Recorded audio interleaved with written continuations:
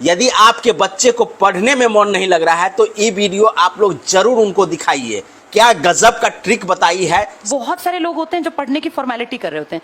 पहले एक बात सुनो, हर बच्चा पढ़ाई के लिए नहीं बना, ये एक फैक्ट है बेटा। हर बच्चा नहीं पढ़ सकता, सब बच्चे नहीं पढ़ सकते। जिसके दिल में इच्छा शक्ति है ना, पहली प्रायोरिटी, भैया मेरे अंदर इच्छा शक्ति है, मुझे पढ़ना है, विल पावर। जरूर जबरदस्ती में ना तो पेरेंट्स पढ़ा सकते, पेरेंट्स तो सब बच्चों को भेजते हैं पर सारे तो नहीं पढ़ते, ना टीचर्स पढ़ा सकते। ये मानो अगर तुम पढ़ सकते हो ना तो तुम बहुत ज्यादा ब्लेस्ड हो, क्योंकि हर बच्चा पढ़ाई नहीं कर सकता।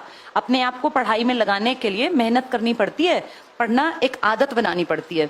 आदत हमेशा ऐसी चीजों की मुश्किल से पड़ती है जो थोड़ी सी टफ होती हैं। जैसे पढ़ाई और नशा, अगर दो चीजें हो तो नशा करना बहुत आसान है, पढ़ना मुश्किल है। लेकिन जिसको पढ़ाई में मजा आने लगता है ना बेटा, फिर वो अपनी लाइफ कहीं ना कहीं बढ़िया जगह सेट कर लेता है।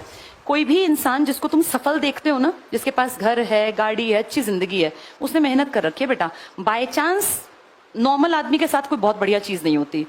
अंबानी अडानी जैसों के साथ कुछ भी अच्छा हो क्योंकि उनके पास बेस बहुत बड़ा है। लेकिन आप जिन परिवारों से हो ना, आपके साथ बाई चांस अच्छा नहीं होगा। आपको अपने अच्छे के लिए मेहनत करनी पड़ेगी। अगर चाहते हो फ्यूचर अपना बनाना तो पहली चीज को हमेशा ध्यान रखना, पढ़ाई के बिना बनेगा नहीं।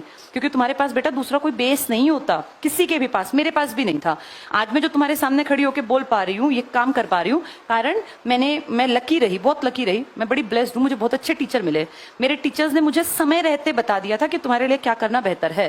जैसे आजकल टीचर्स उतना इंटरेस्ट नहीं लेते बच्चों में, उनकी लाइफ में, लेकिन जब हम पढ़ते थे तो टीचर्स ना घर तक की बातें जानते होते थे। तो जब मैंने 12th की, बहुत अच्छे मार्क्स आए उस जमाने में, 82% बड़ी बात थी। मैंने सन 2000 में 12वीं की थी, 24 साल पहले। तो मेरे एक टीचर ने मुझे कहा कि क्या करोगे बेटा। मैंने कहा सर मैं ना कुछ बड़ा सोच रही हूँ, कुछ बड़ा करूंगी। तो वो जानते थे कि मेरे फादर भाई क्या करते हैं, मेरा क्या हिसाब किताब है। हम 4 बहनें थी। तो उन्होंने मुझे बड़ी अच्छी बात कही। राधे श्याम शर्मा नाम था सर का, हिंदी पढ़ाते थे 12th में। मैं ह्यूमैनिटीज से पढ़ी थी, आर्ट से। तो उन्होंने कहा बेटा बड़ा करने में बुराई नहीं है, पर सबसे पहले कोशिश करना कंपटीशन, जैसे उन्होंने मुझे कहा तुम जनरल कैटेगरी से हो, तुम्हारे लिए कंपटीशन ज्यादा है, तो सबसे पहले अपना एक प्लेटफॉर्म तैयार कर लेना, फिर आगे कुछ बड़ा करने की हिम्मत आ जाएगी। उनकी वो बात भगवान की दया से मेरी बुद्धि में आ गई और मैं शुक्रगुजार हूं ईश्वर के, जो मुझे 12th करते ही समझ में आ गया कि मुझे क्या करना चाहिए।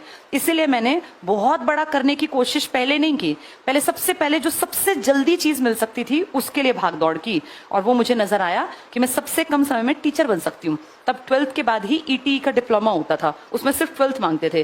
वो डिप्लोमा किया 2 साल का, तुरंत से फॉर्म्स निकले, नौकरियां आई, मुझे नौकरी मिल गई। मैंने बेटा पढ़ाई बाद में की, मैंने ग्रेजुएशन नौकरी में आने के बाद की। मैंने बीएड इग्नू से बीएड की, ओपन से होती है, Indira Gandhi national open university, अगर तुम्हें ना पता हो, इग्नू, वहां से 2007 में मैंने बीएड की, नौकरी में रह के। और पता है क्या होता है, जो मैंने जीवन में अनुभव किया, जब आपके पास एक स्टैंड होता है ना, तो आपके काम अपने आप बनते चले जाते हैं, आगे से आगे आपके काम हो जाते हैं। मैं बीएड में all over India first rank holder थी। कैसे? मेरे ऊपर कोई दबाव ही नहीं था। मैं सरकारी नौकरी में सैलरी लेती थी, रोज स्कूल जाती थी, मेरे पास नौकरी थी और मुझे पढ़ाई आगे करनी थी, तो मेरे ऊपर कोई चिंता ही नहीं थी। मैं फ्री होके, बिल्कुल फ्री होके गई, इसीलिए मेरा all over India first rank था।